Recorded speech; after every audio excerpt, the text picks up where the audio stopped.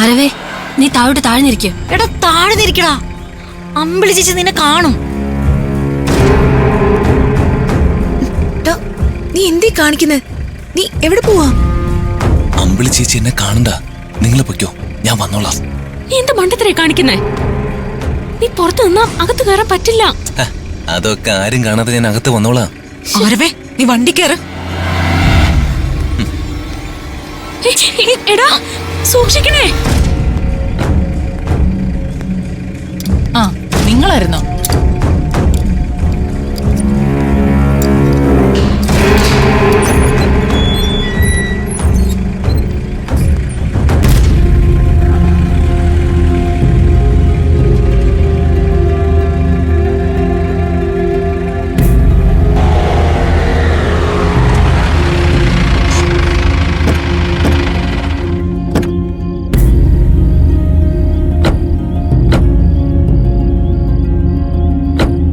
ശരിയാ. അല്ല, ഞാൻ ഹോസ്റ്റലിലാ. ആരും കൂടി വരട്ടെ, എന്നിട്ട് നമുക്ക് അകത്ത് പോവാം. പറഞ്ഞോ, കുഴപ്പമില്ല. അവര് ഗേറ്റ് അടച്ചിട്ട് അവിടെ നിന്ന് മാറുമെന്ന് തോന്നുന്നില്ല. ആഹാ, ഇന്ന് എന്ത് പറ്റി? 9 മണിക്ക് മുൻപ് തന്നെ എല്ലാരും എത്തിയല്ലോ. ആരവൻ എന്റെ കുഴപ്പത്തിലായല്ലോ. ഇനി അവൻ എങ്ങനെ അകത്ത് കയറും? അതിനെപ്പറ്റി ഞാനും ആലോചിക്കുന്ന പ്രശ്നമായല്ലോ. ട്രിപ്പൊക്കെ എങ്ങനെയുണ്ടായിരുന്നു? എൻജോയബിൾ ആയിരുന്നു മാം. ബൃന്ദയുടെ മുത്തശ്ശൻ വിളിച്ചിരുന്നു. ഫ്രീ ആകുമ്പോ വീട്ടിലേക്കൊന്ന് വിളിച്ചേക്കണേ. ശരി മാം. എല്ലാവരും എന്താ ഇവിടെ നിൽക്കുന്നേ? റൂമിലേക്ക് ചെല്ല് ചെല്ല് ചെല്ല്. പോവാം. പ്രശ്നമാവല്ലോ, ആരവിന്റെ കാര്യം പ്രശ്നമാവല്ലോ. എന്താവൂന്ന് എനിക്കറിയില്ല. ഞാൻ വിളിക്കാം.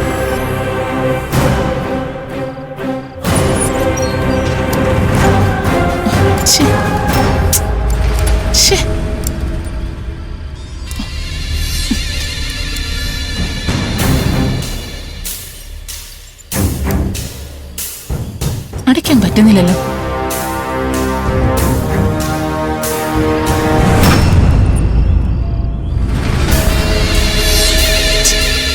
അമ്പിളി എന്താ ഗേറ്റ് അടയ്ക്കാത്തത്? എന്താ അമ്പിളി, ഗേറ്റ് അടയ്ക്കാൻ പറ്റുന്നില്ലേ? ഗേറ്റ് ഇവിടെ സ്റ്റക്കായി നിൽക്കുന്നു മാഡം. എന്താന്നറിയില്ല. ഒരു സെക്കൻഡ് മാഡം.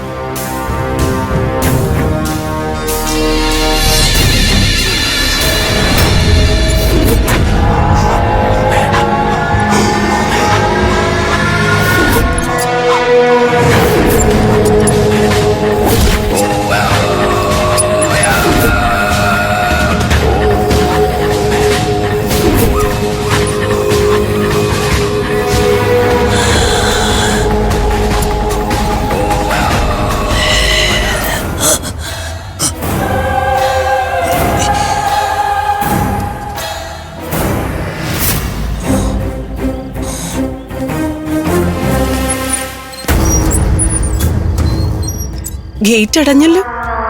കല്ലോ മറ്റോ ഉടക്കിയിരുന്നതായിരിക്കും. ആ, ലോക്ക് ചെയ്തേക്ക്. ശരി, പെട്ടെന്ന് ലോക്ക് ചെയ്.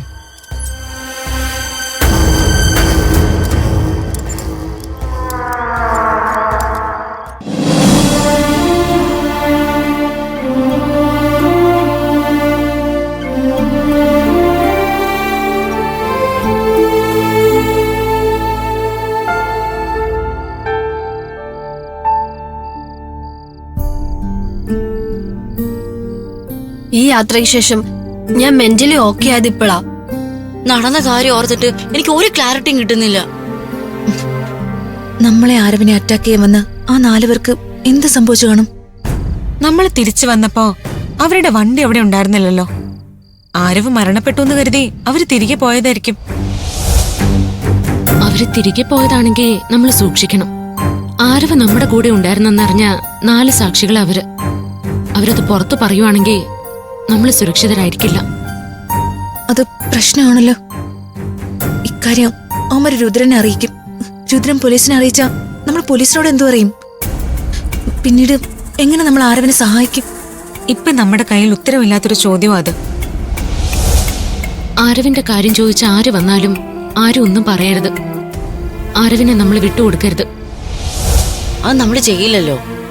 നമ്മളെ കൊണ്ട് ഒക്കുന്ന വിധത്തില് നമ്മൾ അവനെ സംരക്ഷിക്കും. നമ്മളെ അവന്മാര് എന്തോ സ്പ്രേ ചെയ്ത് ബോധം കെടുത്തി. ബോധം വന്നപ്പോ നമ്മൾ മറ്റേതോ സ്ഥലത്തായിരുന്നു. ആ സ്ഥലത്ത് നമ്മളെ എത്തിച്ചതാരാ?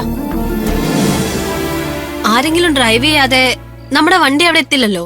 ആരവിനെ കൊണ്ട് അതിന് കഴിയില്ല. പാവത്തിന് നമ്മളല്ലേ കണ്ടെത്തി രക്ഷിച്ചത്. ആരവിനാണെങ്കിൽ അവന്മാരുടെ കൈ നടികൊണ്ട് അവശനായി ഒന്നും ഓർമ്മയുമില്ല. അക്കാര്യം വീണ്ടും പറയേണ്ട കിരൺ. ആരവിന് അടികൊണ്ട കാര്യം പറയുന്ന എന്തിനാ?